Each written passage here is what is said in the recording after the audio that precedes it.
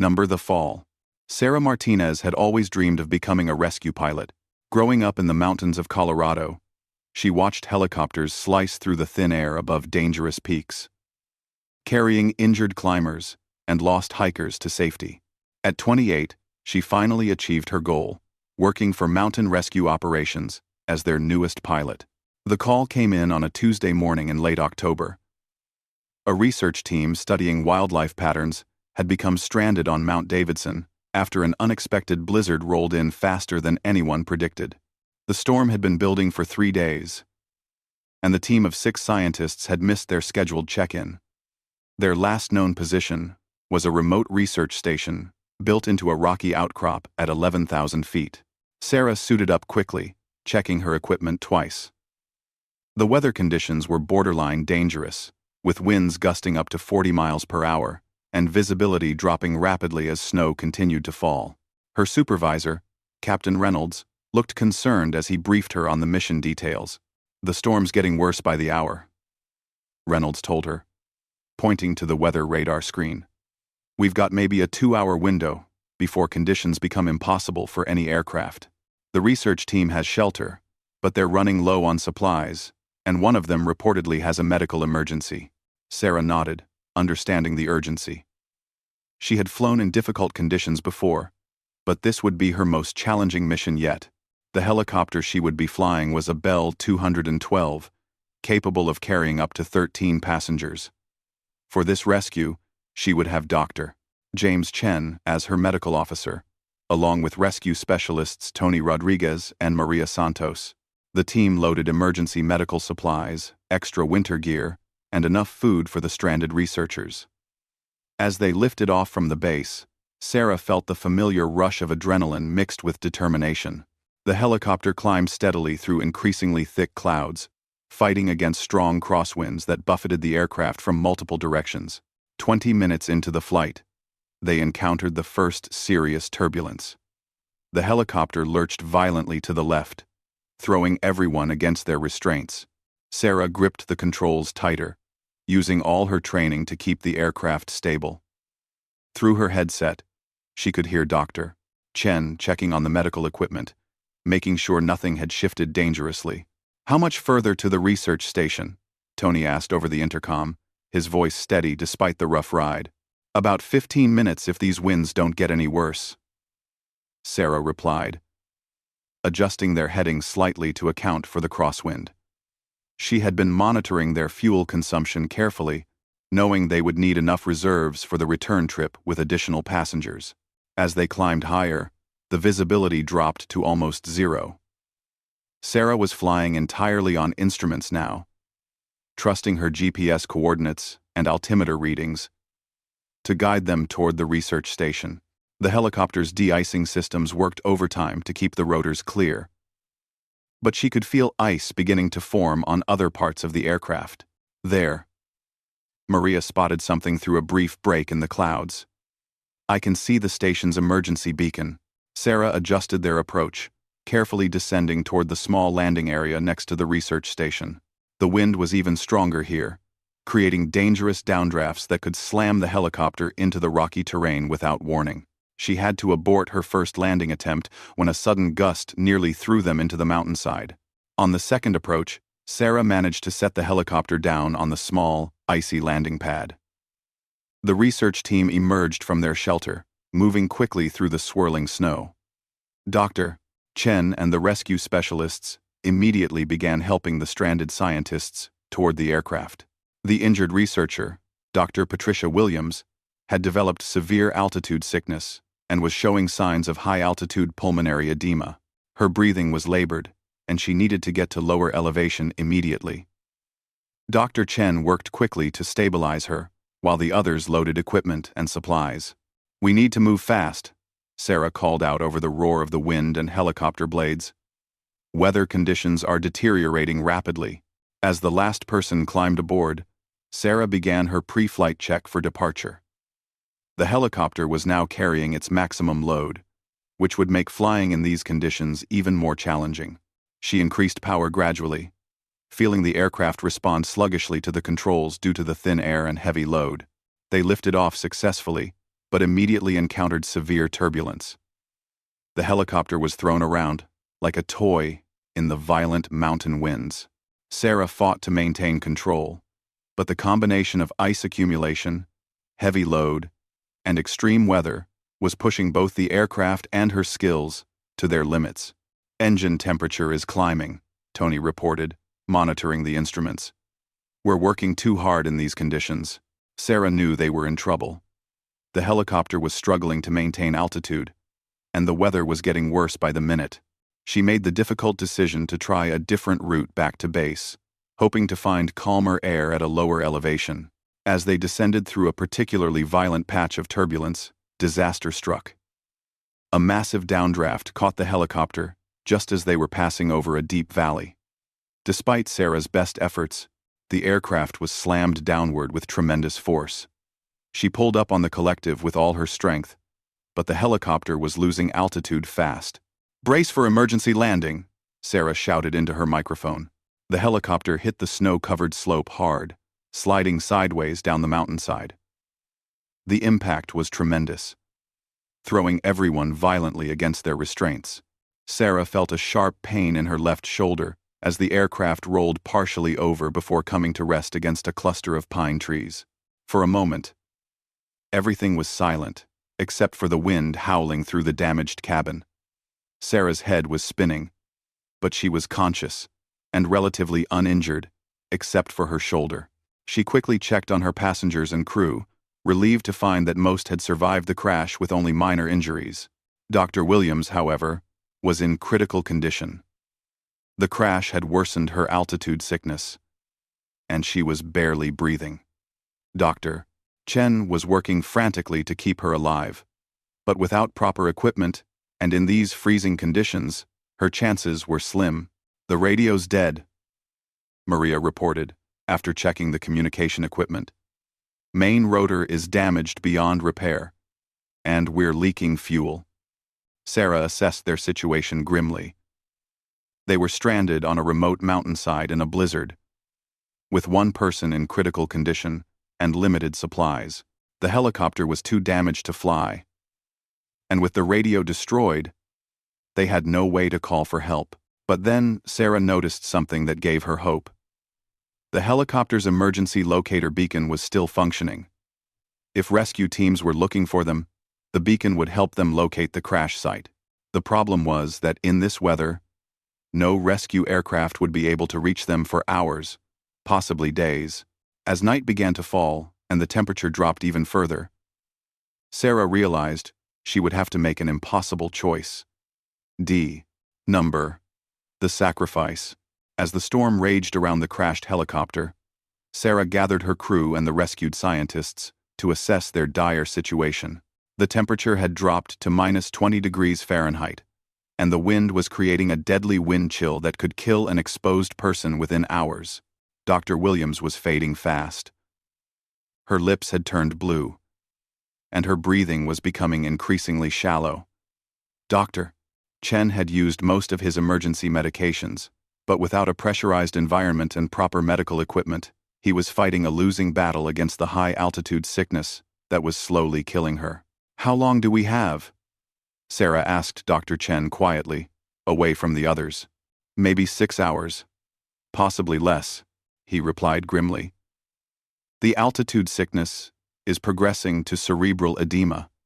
Her brain is swelling, and without immediate evacuation to lower elevation and proper medical care, she won't survive the night." Sarah looked around at the group huddled in the damaged helicopter cabin. Besides Dr. Williams, they had Dr. Robert Kim, a marine biologist, Dr. Lisa Park, a wildlife photographer, Dr. Michael Torres, an environmental scientist, and Dr. Jennifer Walsh, a climatologist.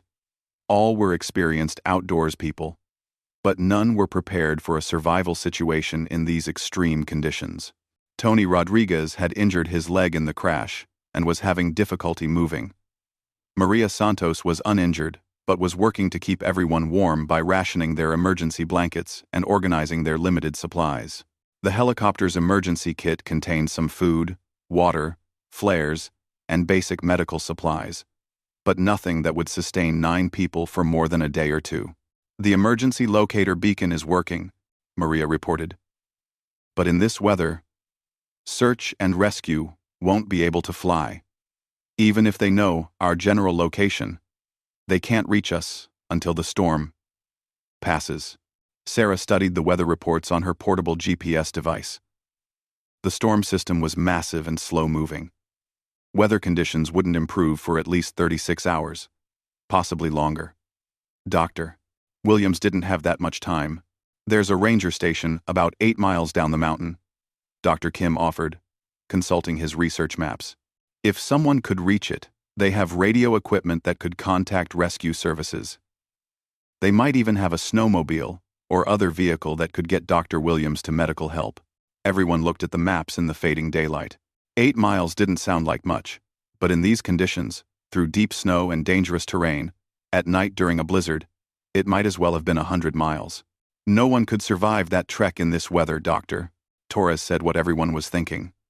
"The temperature is still dropping, visibility is near zero, and there are cliff faces and avalanche zones between here and the ranger station." Sarah studied the route carefully. She had spent years flying over this terrain and knew it better than anyone else in the group. There was a treacherous path down the mountainside that followed a series of ridges and valleys. If someone could navigate it successfully, they could reach the ranger station in about 4 hours of hard hiking. But the margin for error was non-existent. One wrong turn, one fall, one moment of confusion in the blizzard, and that person would die. "I'll go," Sarah announced quietly. "Absolutely not, Doctor," Chen protested immediately. "You're injured, and you're the only pilot.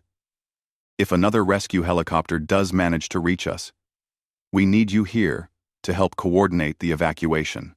Dr. Williams will be dead long before any other aircraft can get through this storm," Sarah replied. "And my shoulder injury isn't severe enough to prevent me from hiking. I know this terrain better than anyone else here. I've flown over every ridge and valley between here and that ranger station dozens of times." Maria stood up. "If anyone goes, it should be me. I'm the rescue specialist. This is exactly the kind of situation I'm trained for."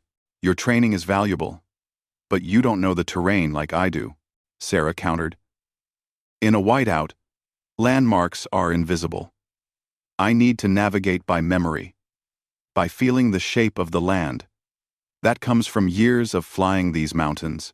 The debate continued for several minutes, but Sarah had already made up her mind. She began gathering the equipment she would need for the journey. Emergency food, water, extra clothing layers, a flashlight, flares, and her GPS device. She also took one of the helicopter's emergency radios, hoping it might work better away from the crash site. Dr. Park, the wildlife photographer, handed Sarah a small digital camera. "If something happens to you, if you don't make it, at least there will be a record of what happened here. People should know about the sacrifice you're making." As Sarah prepared to leave, she pulled Dr. Chen aside. "If I don't make it back, and if the storm clears enough for another rescue attempt, make sure they know exactly where we are. Use the flares sparingly to signal aircraft, but don't waste them. Keep Dr. Williams as warm as possible, and keep her talking if she's conscious. Sometimes that can slow the progression of cerebral edema." "You don't have to do this," Dr. Chen said earnestly. "We could wait for the storm to pass. There might be other options." "Dr. Williams doesn't have time for other options," Sarah replied. "And honestly, if we wait much longer, the rest of us might not survive either. Our food won't last, the helicopter's fuel leak could become dangerous, and hypothermia will start claiming victims. This is our best chance. Maybe our only chance." Sarah said goodbye to each person individually, trying to project confidence she didn't entirely feel. She showed Tony and Maria how to operate the emergency beacon and how to conserve the helicopter's battery power for essential systems. As she stepped out into the howling blizzard, the wind hit her like a physical blow. The snow was falling so heavily that she could barely see her own feet. The temperature was so cold that her breath froze instantly, and she had to be careful not to breathe too deeply or the frigid air could damage her lungs. Sarah oriented herself using her compass and GPS, then began the treacherous descent down the mountainside. The snow was knee-deep in some places, and waist-deep in others, where the wind had created drifts. Each step required enormous effort, and she had to test the ground carefully to avoid hidden rocks or drop-offs. The first hour was the most difficult. Sarah was still close enough to the crash site that she could turn back if she encountered insurmountable obstacles. But as she pushed forward, following the ridgeline that would eventually lead to the ranger station, she passed the point of no return. In these conditions, she couldn't find her way back to the helicopter even if she wanted to. The cold was brutal. Despite her layers of clothing and emergency gear, Sarah could feel the heat being sucked from her body. Her hands and feet were becoming numb, and she had to stop periodically to warm them up to prevent frostbite. The wind was so loud that it drowned out all other sounds, creating an eerie, isolated feeling as she struggled through the white wilderness. After 2 hours of hiking, Sarah reached a critical point in her journey. She had to cross a narrow valley where the terrain dropped sharply on both sides. In good weather, this would be a straightforward hike across open ground. But in the blizzard, with visibility reduced to just a few feet, it was like crossing a tightrope blindfolded. Sarah knew from her aerial reconnaissance that there were several avalanche chutes in this area. Fresh snow and high winds had created perfect conditions for slides that could bury her instantly. She also had to be careful not to stray too far to either side, where steep drop-offs could send her tumbling hundreds of feet down rocky cliffs. Using her GPS and compass, Sarah navigated slowly across the valley floor. Every few steps, she would stop to check her bearings and listen for any sounds that might indicate shifting snow or dangerous conditions ahead. The wind was so intense that it was difficult to maintain her balance, and several times she had to drop to her hands and knees to avoid being blown over. Halfway across the valley, disaster struck. Sarah stepped onto what appeared to be solid ground, but the snow gave way beneath her feet. She plunged downward, falling through a hidden crevasse in the rock formation below the snow. For a terrifying moment, she thought she was going to fall to her death. But after dropping about 10 feet, she hit a narrow ledge that stopped her fall. Sarah found herself trapped in a small, cave-like opening in the rock face. Her flashlight had been knocked from her hand during the fall and was lying broken several feet away. In the complete darkness, she carefully felt around her position, trying to assess her injuries and find a way to climb back up to the surface. Her left ankle was badly sprained from the impact, and she had cut her forehead on a sharp rock. But more seriously, she was now trapped below the surface in sub-freezing temperatures with no light and no easy way to climb out of the crevasse. The walls were steep and covered with ice, making it nearly impossible to get a grip. As Sarah tried to figure out how to escape from her predicament, she could hear the storm continuing to rage above her. Every minute she spent trapped here was a minute closer to Dr. Williams's death, and a minute closer to her number the rescue. Sarah sat in the freezing darkness of the crevasse, fighting off panic as she assessed her desperate situation. The temperature in the rocky cave was even colder than outside, and without her flashlight, she couldn't see anything beyond the faint glow of snow filtering down from above. Her injured ankle throbbed with every movement, and she could feel blood trickling down her face from the cut on her forehead. But giving up was not an option. Dr. Williams was dying, and 8 other people were counting on Sarah to reach the ranger station and coordinate a rescue. She forced herself to think methodically about her options. First, Sarah felt around the small cave for anything that might help her climb out. Her fingers, already numb from the cold, discovered several loose rocks and what felt like an old piece of metal, possibly from previous climbing equipment left by mountaineers. The metal fragment was about 18 inches long and had a sharp edge that might work as a makeshift ice axe. Using the metal fragment, Sarah began chipping handholds into the icy walls of the crevasse. It was exhausting work, and each swing of the improvised tool sent jolts of pain through her injured shoulder. But gradually, she created a series of small steps and handholds that might allow her to climb the 10 feet back to the surface. The climb was terrifying. Several times, her makeshift handholds crumbled under her weight, and she nearly fell back to the bottom of the crevasse. Her injured ankle made it difficult to maintain her footing, and the cold had made her hands so numb that she could barely feel her grip on the rock face. But after 20 minutes of desperate climbing, Sarah finally hauled herself back up to the surface. She lay in the snow for a moment, gasping with exhaustion and relief. The blizzard was still raging. But after the claustrophobic darkness of the crevasse, even the howling wind and driving snow felt like freedom.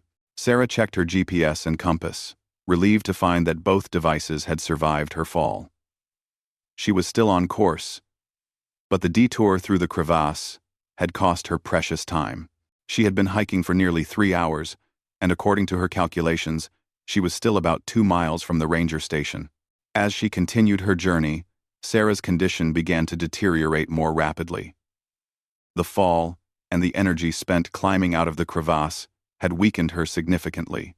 Her clothing was now wet from the snow, reducing its insulation properties and accelerating heat loss from her body.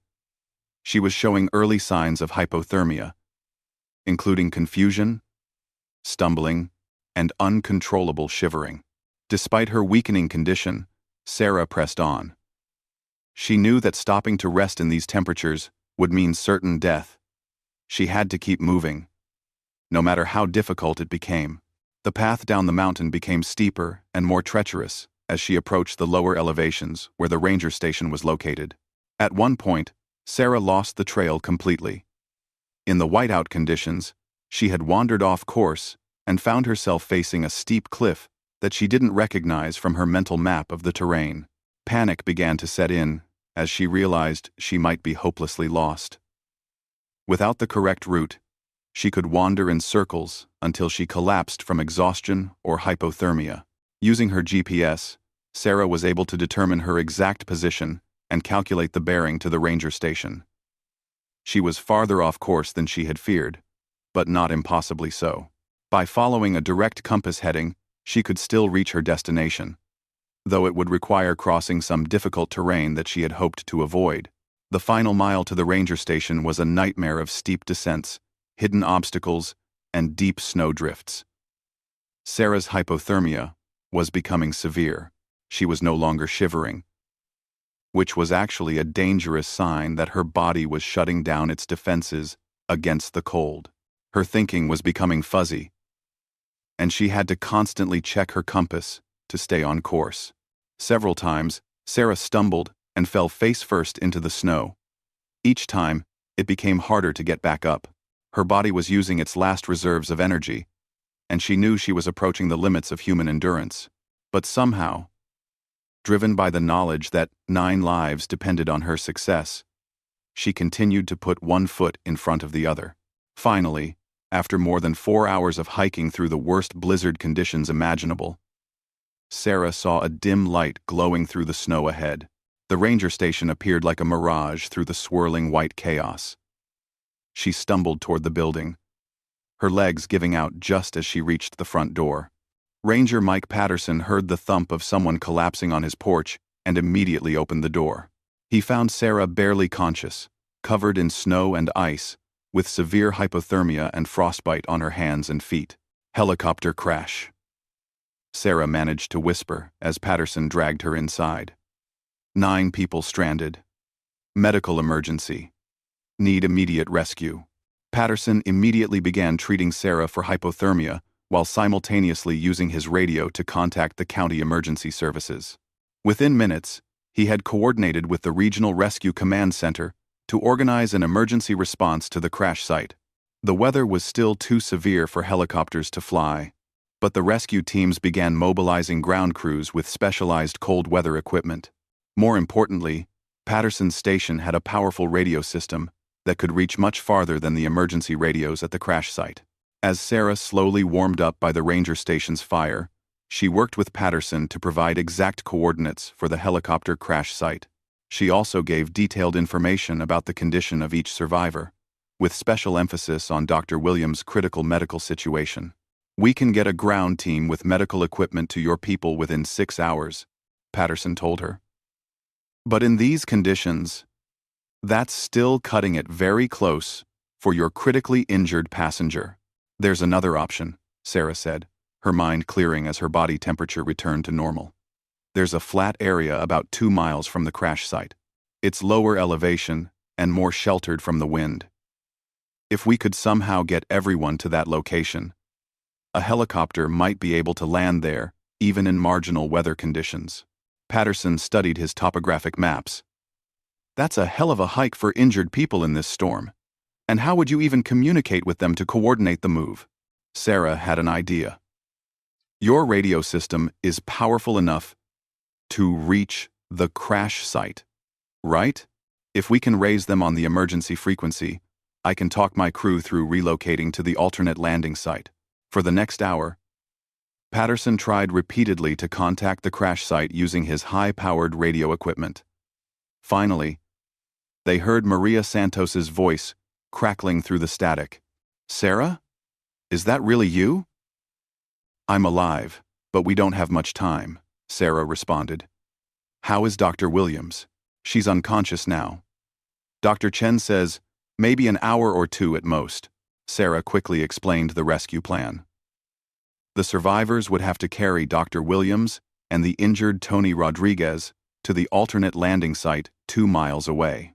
It would be dangerous and exhausting, but it was their only hope for a helicopter rescue before Dr. Williams died. "The ground rescue team is still hours away," Sarah explained. "This is our only chance." Over the radio, Sarah guided her crew through the complex process of preparing for the dangerous trek. They would have to fashion a makeshift stretcher for Dr. Williams and organize their limited supplies for the journey. Most challenging of all, they would have to navigate through the blizzard to a location they had never seen before. Using her intimate knowledge of the terrain, Sarah provided detailed directions for the route from the crash site to the landing zone. She described landmarks that might be visible even in the poor weather conditions, and warned about specific hazards along the path. Meanwhile, Patterson was coordinating with the rescue helicopter crews, trying to find a pilot willing to attempt a landing in conditions that were still technically beyond safe flying limits. The medical emergency gave them justification to attempt a high-risk rescue, but it would require exceptional skill and courage from the helicopter crew. As Sarah monitored the radio communications, she learned that her team had successfully moved Dr. Williams and begun their trek to the alternate landing site.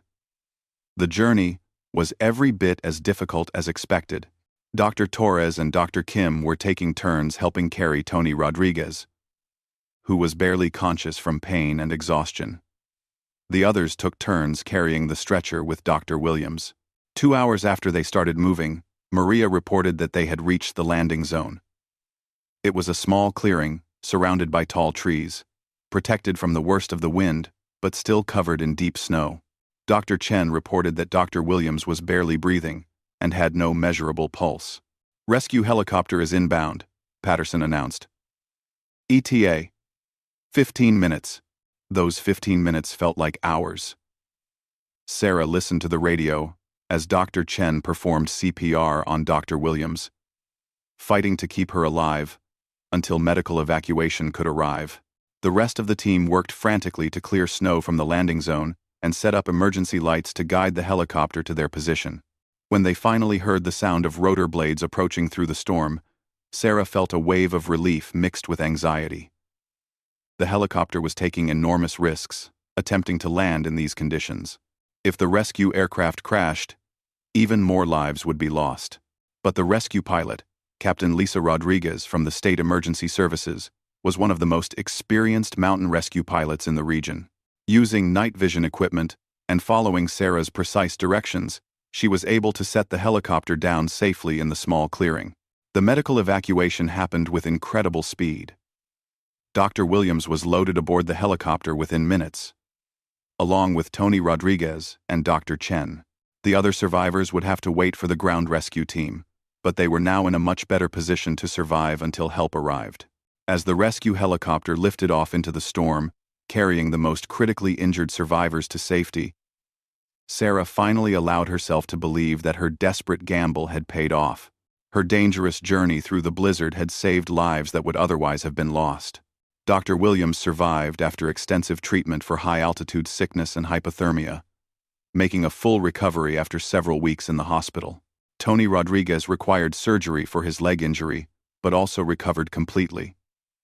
The other survivors were evacuated by ground teams over the following hours, all suffering from various degrees of hypothermia and minor injuries, but otherwise in good condition. Sarah spent 3 days in the hospital being treated for severe frostbite, hypothermia, and her various injuries from the helicopter crash and the crevasse fall. When she was released, she was greeted as a hero by the media and the rescue community. But for Sarah, the real reward came from a simple thank you card from Dr. Williams. It read, "You saved my life by risking your own. I will never forget your courage and selflessness. Because of you, I was able to see my daughter graduate from college and watch my son get married." The story of Sarah's midnight journey through the blizzard became legendary in the mountain rescue community. It demonstrated the lengths that rescue workers will go to save lives, and the incredible courage that ordinary people can find when faced with extraordinary circumstances. Sarah returned to flying rescue missions after her recovery, knowing that sometimes being thrown from a helicopter leads not to an ending, but to the beginning of something much greater. The end. Demise from hypothermia. She had to find a way out, no matter what the cost. R. Williams needed immediate medical attention that they couldn't provide at the crash site. Someone would have to attempt the dangerous journey down the mountain to get help, knowing that the chances of survival in these conditions were minimal.